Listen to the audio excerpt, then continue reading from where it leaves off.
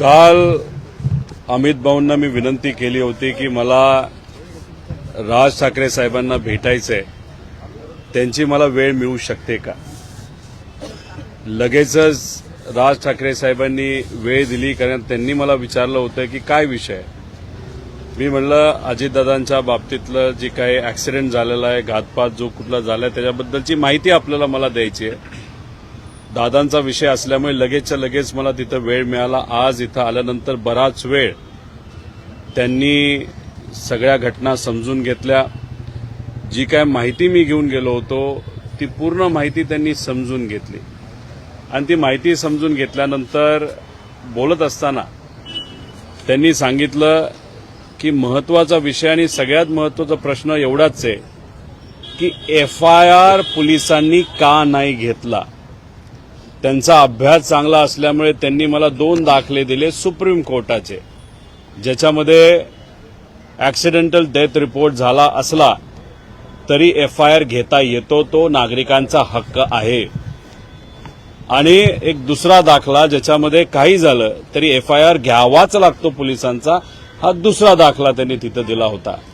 त्यामुळे त्यांनी एकच प्रश्न केला की या महाराष्ट्रामध्ये एका व्यक्तीचा, एका मोठ्या नेत्याचा, महाराष्ट्राच्या देशाचा नागरिकाचा जर FIRच होत नसेल तर ही अतिशय दुर्दैवी गोष्ट आहे.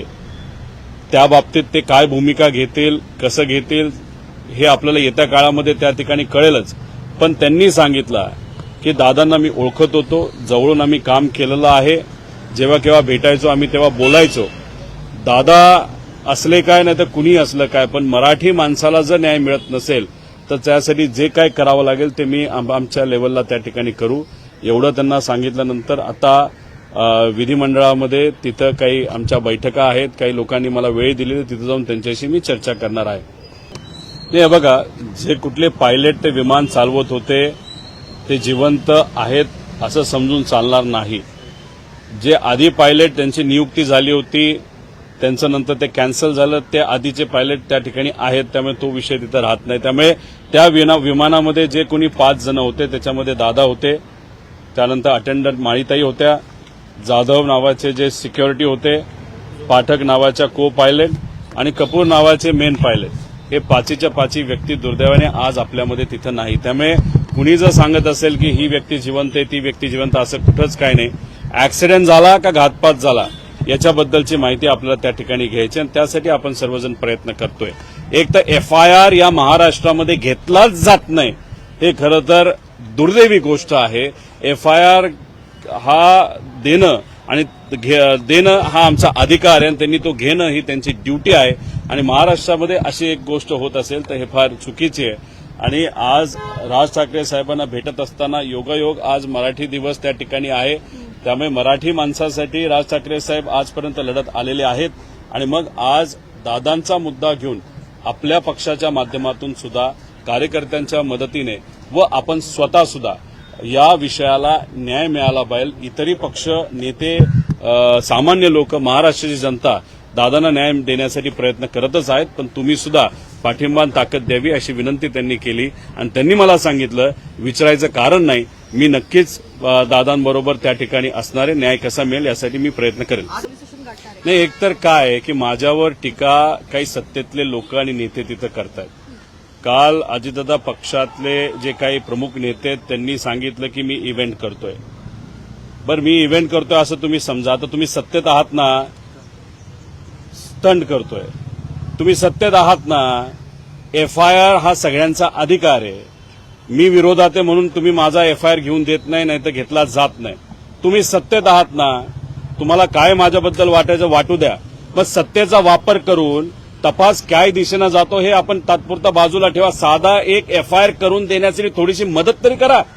भाषणं नुसती करत चाललेला आहात तुम्ही. इथं आम्ही सर्वजण, महाराष्ट्रातील जनता, सर्व इतर पक्षातले लोक दादांना न्याय कसा मिळतील यासाठी प्रयत्न करतायत आणि हे लोक मात्र भाषणाच्या माध्यमातून राजकीय टिप्पणी त्या ठिकाणी करत असतील.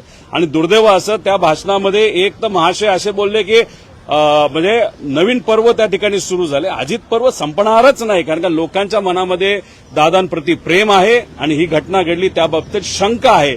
त्यामुळे दादांना न्याय देण्यासाठी त्या नेत्यांना जर प्रयत्न करायचा असेल तर आज ती वेळ आहे. आज एफआयआर घेण्यासाठी कुठेतरी प्रयत्न करा. आणि एफआयआर का घेतला पाहिजे एक जनतेने सुद्धा समजून घेतलं पाहिजे.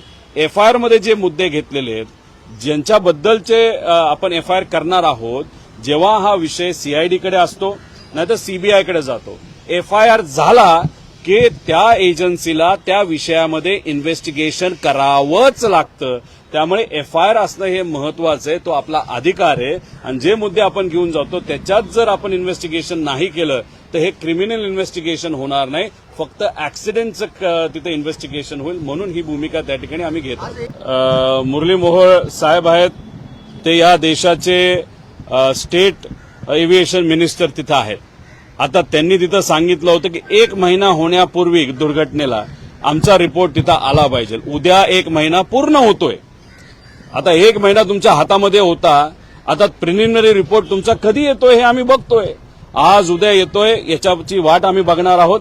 मी सोमवारी 11 वाजता मुंबई या शहरामध्ये तिथे एक प्रेस कॉन्फरन्स घेणार आहे. त्या माध्यमातून खरा रिपोर्ट काय असतो, काय पद्धतीने या घटनेमध्ये काय काय गोष्टी घडलेल्या आहेत हे मी तिथे सिद्ध करेल. आणि रिपोर्ट जो आज उद्या येणार आहे तो जर थातूर मातूर दिला, नावापुरता दिला, तर महाराष्ट्राची जनता यांना सोडणार नाही. त्यामुळे थातूर मातूर साधा द्यायचा म्हणून एखादा रिपोर्ट तुम्ही देत असाल तर हे आम्हाला मान्य नाही. देत असताना योग्य पद्धतीचाच रिपोर्ट त्या ठिकाणी दिला गेला पाहिजे, अशी आमच्या सगळ्यांची मागणी आहे. त्यांचं मत आणि सगळ्यांचं मत तेच ते 4 यांच्याबद्दल त्या ठिकाणी असावं, याच्या पलीकडे दुसरं कुठलं नाही.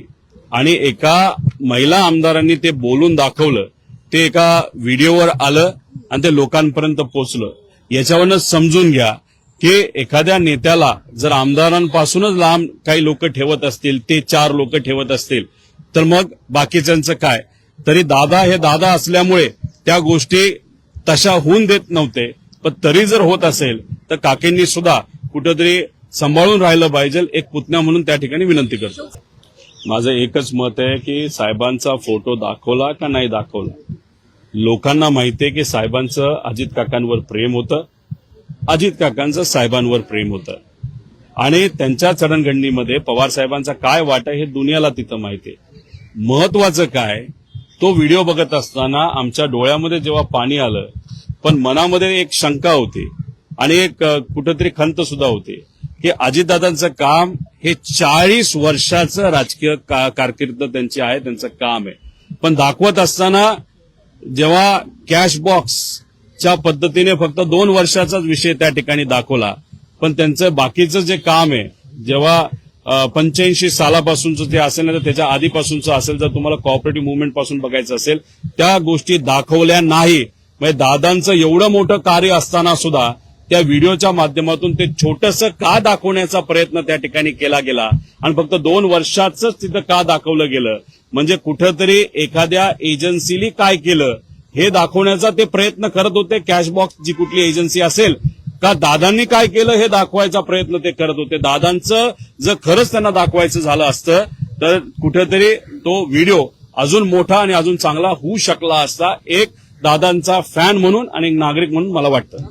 टाइम्स डिजिटलला लाईक करा, शेअर करा, सबस्क्राईब करा आणि बेल आयकॉन दाबायला विसरू नका. Times digital.